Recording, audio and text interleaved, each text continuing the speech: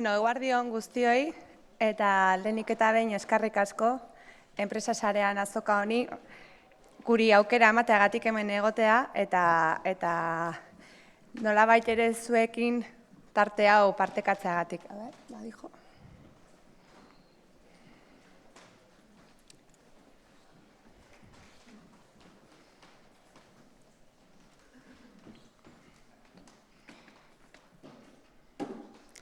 Ez dakit, nik hemen zoze egin beharra daukat. Ya está, listo, vale. Bueno, nire izena Ainhoa Aldasoro da, eta Donostiako sustapeneko berrikuntza sailean lan egiten dut. Eta gaurkoan, saio honen helburuetariko bat da, zuei helaraztea, Donostian ekonomiaren garapenean jarduten ari garen erakundeak zertan ari garen, eta ze zerbitzu eskaintzen zaien enpresei eta ekintzaileei. Donostiako sustapena, Donostiako udalaren agentzi bat da, agentzi pribatu bat da, baina udaletxearen propietaria dela. 1902an sortua da, eta horrez geroztik proiektu desberdinak bultzatu ditu. Zein da gure helburua edo egitekoa, hiriaren garapen ekonomikoa bultzatzea, baina ez edozein modutara. Gure egin behar dugu berrikuntza eta ezagutza sustatuz, eta hori ahalik eta heinean garatuz. Egin behar dugu baita ere era partekatu batean eta kolaboratzaile batean, eta baita ere irizpide jasangarri batzuk beti ere kontutan izanik. Horren adibide da, bai agentzi publikoko desberdintasunetariko bat gure izango litzateke gure aurrekontuaren 33% bakarri datorkigula udaletxetik, beste guztia proiektu europearretatik eta gure errekurtsoetatik lortzen dugula. Hori oso irizpide garrantzitsua da gure proiektuetan. Non kokatzen gara eta zein da gure jardueraren plaza? Bueno, suposatzen dut ia guztia badakizutela, baina Donostia erdi mailako hiri bat da, Frantziako mugatik oso gertu gaudena, eta hiriaren ezaugarrietariko nabarmenetariko bat da zerbitzuen hiriburua ere deitzen diela. Batit bat ezaguna da, turismoarengatik, gastronomiarengatik, kultura hiriburu izan behar dugu, zinemak ere izugarrizko indarra du, kongresu asko ospatzen dira hemen, eta abar. Baina Donostiare bada beste zenbait gauza, eta horien artean nabarmendu nahi dugun gauzaritariko bat da zientzia, teknologia, ikerkuntza, ezagutza, esparru hori oso garrantzitsua dela. Hain hiri txikia erdi mailakoa izaki, esango genuke momentu honetan 3.500 pertsona inguru daudela ikerketa garapen eta berrikuntzaren inguruan lanean. Horietariko 70% ikerlaria da. Eta ikusten baldin badituzuten indikadorea oso ondo gaude beste hiri, herrialde eta nazioekin alderatua. Beraz oso ekosistema aberatsa daukagu, 34 erakunde desberdin baino gehiago daude hirian, gai honean lanean daudenak, eta nolabait ere iruditzen zaigu oso ekosistema aberatsa dela lanean egiteko eta honi etekina ateratzeko. Guztionekin eta nolabait jakinik zein den hiriaren errealitatea eta nondik nora hasi gaitezkeen lanean, Donostiako sustapenaren ildo estrategikoak 3 atal nagusietan banatzen ditugu. Bat, landuaz berrikuntzaren gune izan dadila gure hiria, beste bigarrena izango litzateke hiri espezializatu bat lortzea, zenbait sektoreetan nabarmen ondo lan egiten duena, eta hirugarrena City Lab, Living Lab edo delakoa lantzen denean. Eta laugarren esparru bat ere sartzen dugu, eta oso garrantzitsua deritzogu, eta gainea momentu honetan gaude, nola txertatu dezakegun guk egiten ditugun ekintzetan, eskaintzen ditugun zerbitzuetan, ikuspegi soziala, berrikuntza soziala arlo berri bat da, nola bat esateko, gaur egun nik uste dut zer den zehazki, ze definizio erabili dezakegun eta nola bakoitza moldatu dezakeen erreflexio prozesu asko daudela abian, eta gu ere hortan gaude. Jakinik oso esparru beharrezkoa dela egiten dugunean sartzeko. Berrikuntzaren hiriburua edo gunea zer nahi dugu? Bueno, lehen ere aipatu dudan bezala, berrikuntza erabili,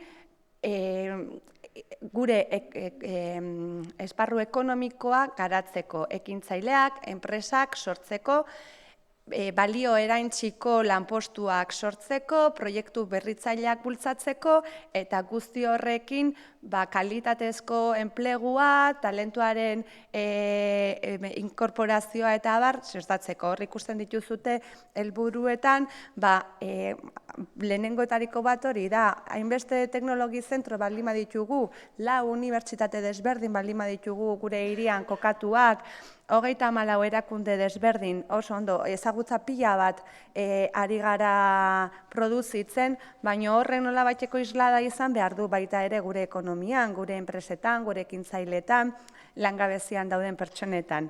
Eta esparru hori landu nahi dugu arlo honekin. Bigarrenik egongo litzateke Donostia espezializatu bat.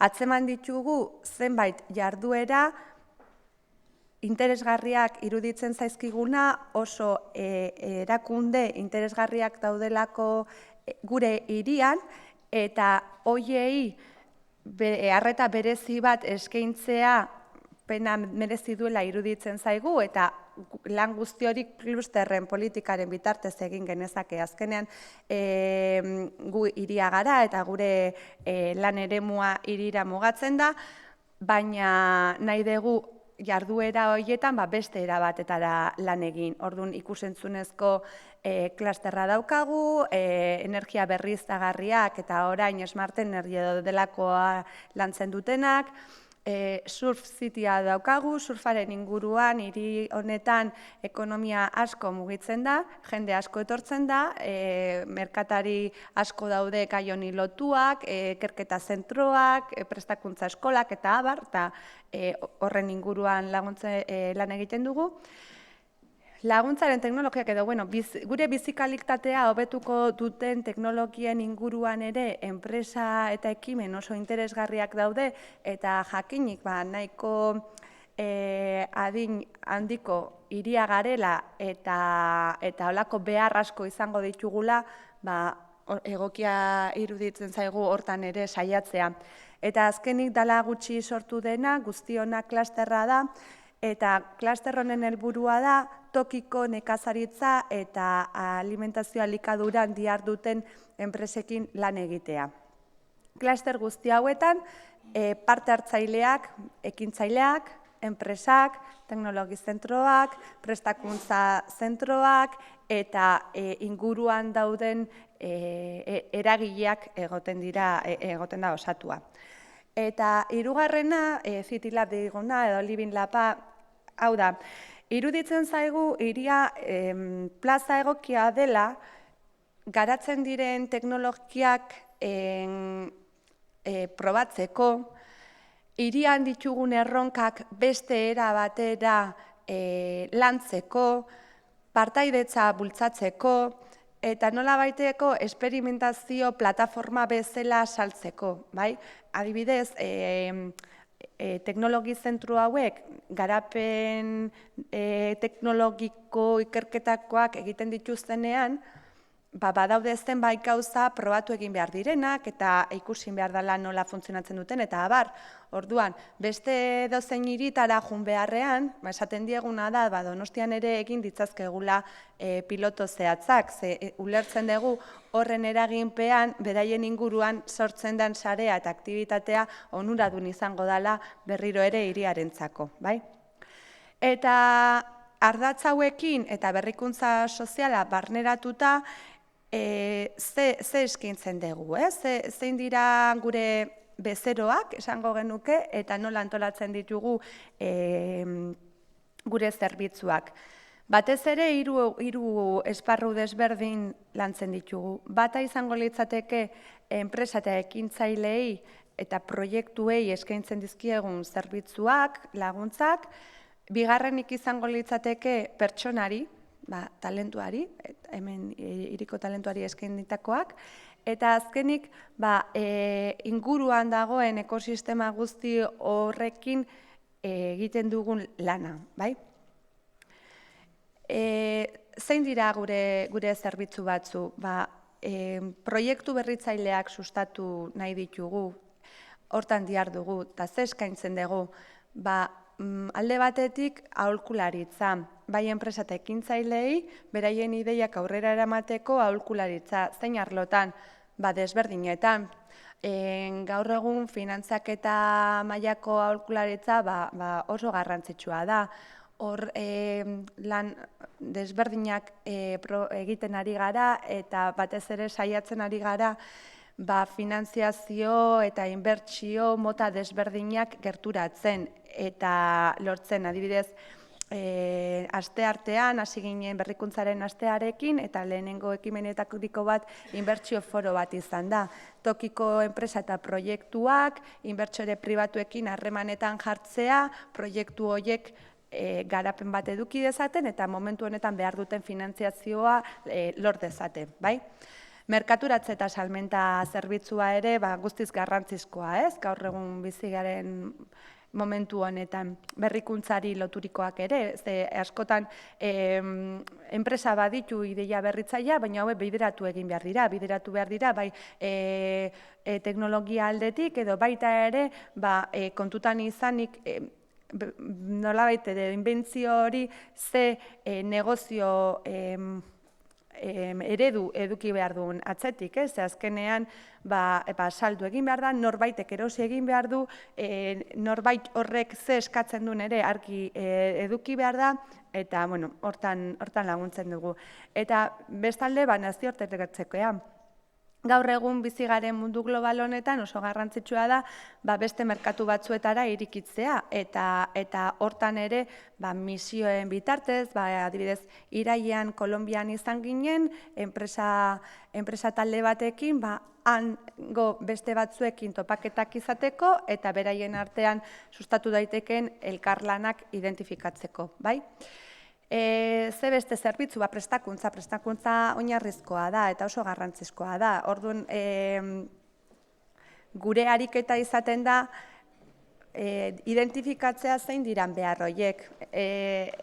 Bai beti saiatzen galena zerbitzu guztietan da, ez zerbitzuak eskaintzeagatik. Osea, behar deguna da baliagarriak izatea bai enpresa, bai ekintzailei eta bai pertsonentzako. Eta batez ere balio erantsi bat eskaintzea. Gu azkenen erakunde txiki bat gara, hiriko erakunde bat gauda, badaude beste erakunde batzuk, beste plano eta maila batean lan egiten dutenak eta beste errekurtso batzu dituztenak. Gure errekurtsoak nahiko limitatuak izaten dira eta horiek era egokienean bideratu behar dugu, ez? Baita ere, ezaguntzaren transferentzian behar sortzen direna, patenteena, protekzioaren aldetik, eta abar. Baditugu zenbait programa, agian batzuk entzunak izango dituzue, beste batzuk agian ez, talentu berritzailean 8.000 euroz laguntzen ditugu tokiko proiektu berritzaileak. Eta horren buelta da 8.000 euro horiekin hemen hiriko gazte kualifikatu bat kontratatu behar dela.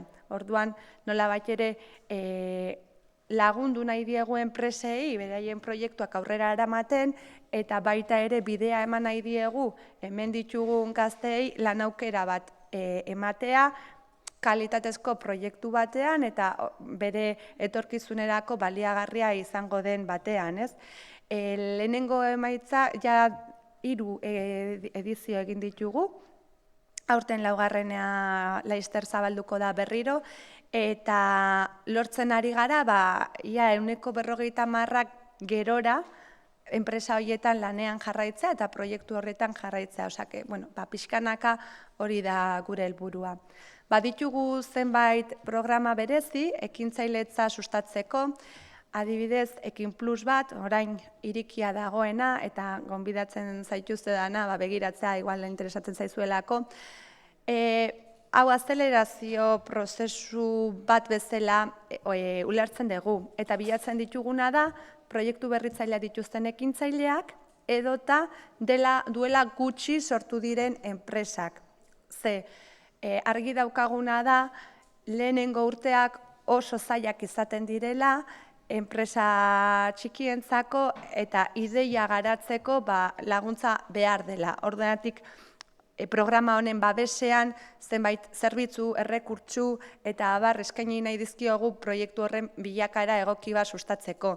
Gainera, aurten lehen aldiz, lortu duguna da, hirian dauden enpresa handiagoak eta nolabait ere urteak daramatzatenak beraien jardueratan, ezagutza bat dutena eta programa honetan parte hartzea nolabaiteko babes, orientazio, mentoring edo delakoa eskaintzeko aukeratzen ditugun proiektu horiei.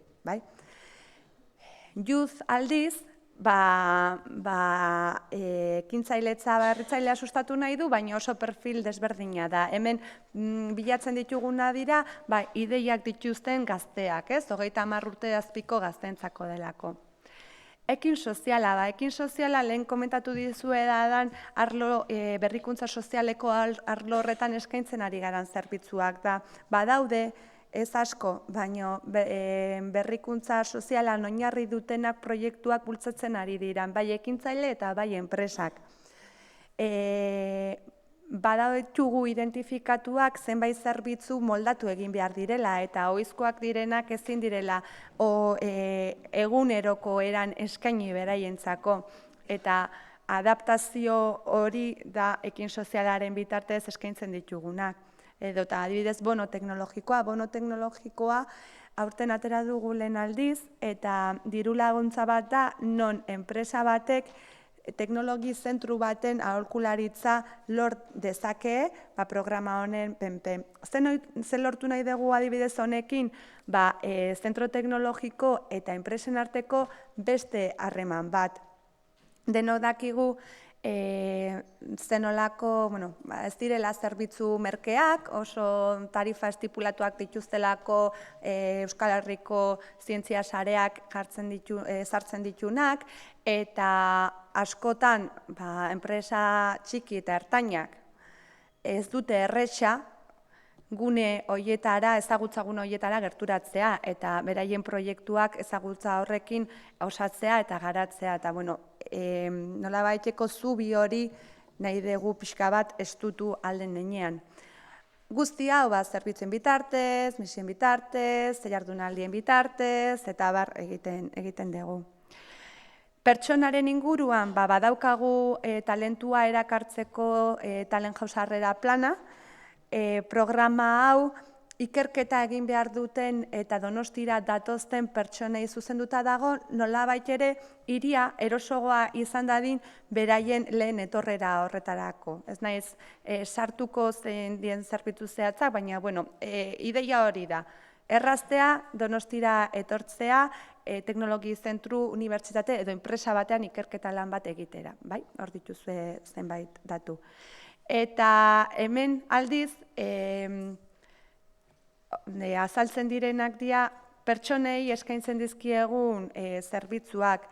Nabarmendu ditut bakarrik programa bereziak, ze enpleguari loturikoak, orientazioa eta jadola urte askotatik eramaten ditugu, eta ari garena da nolabait ere moldatzen lotura hori.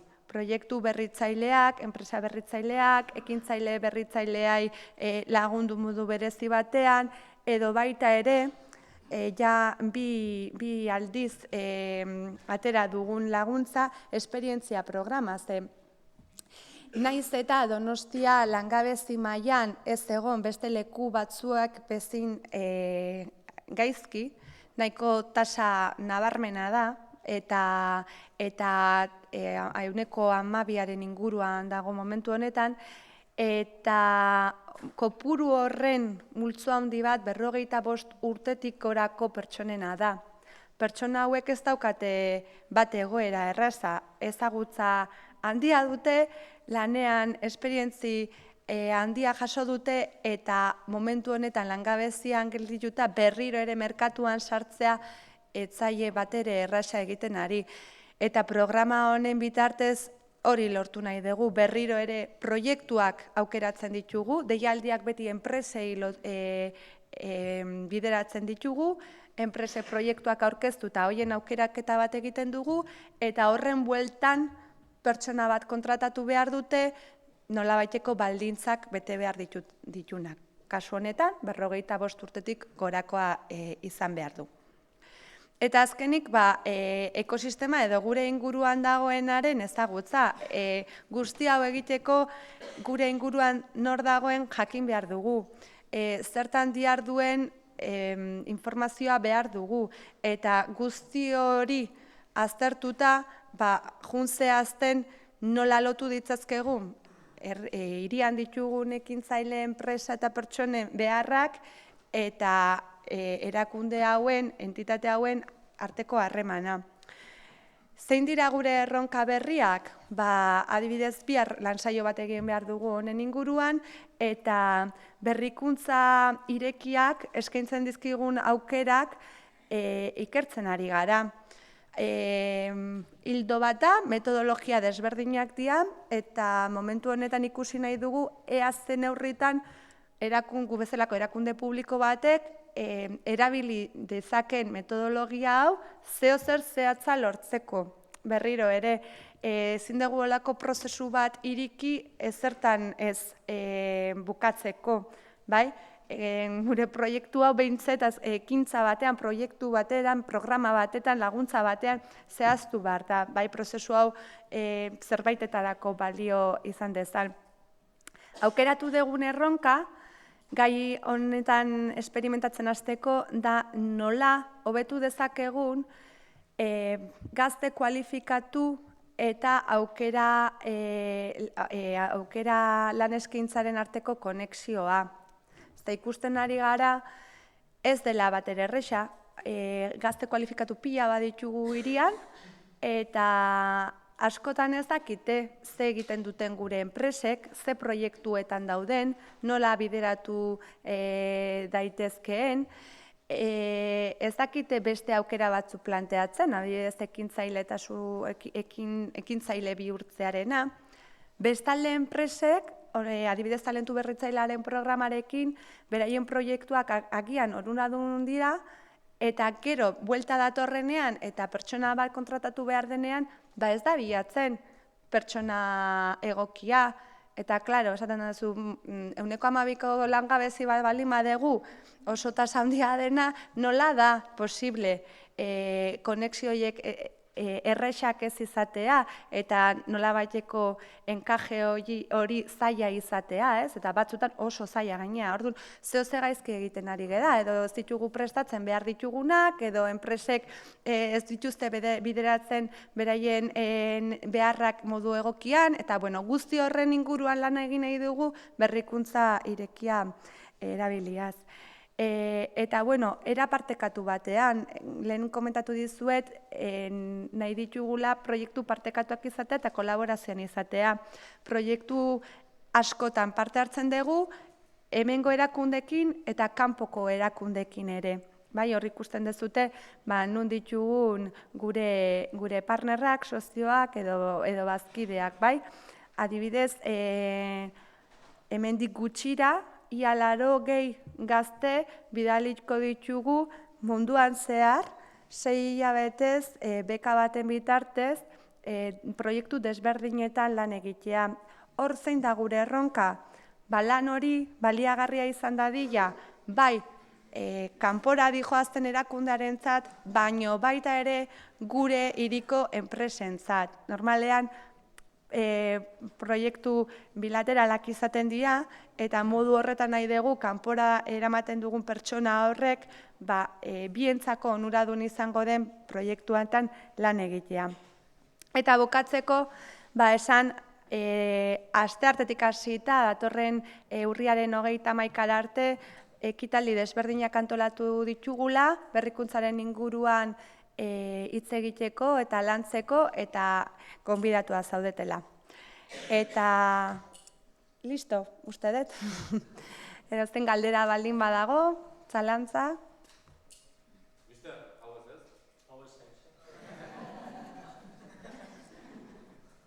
Jo, horre bildurra ematen du, Bai. Eskerrik asko.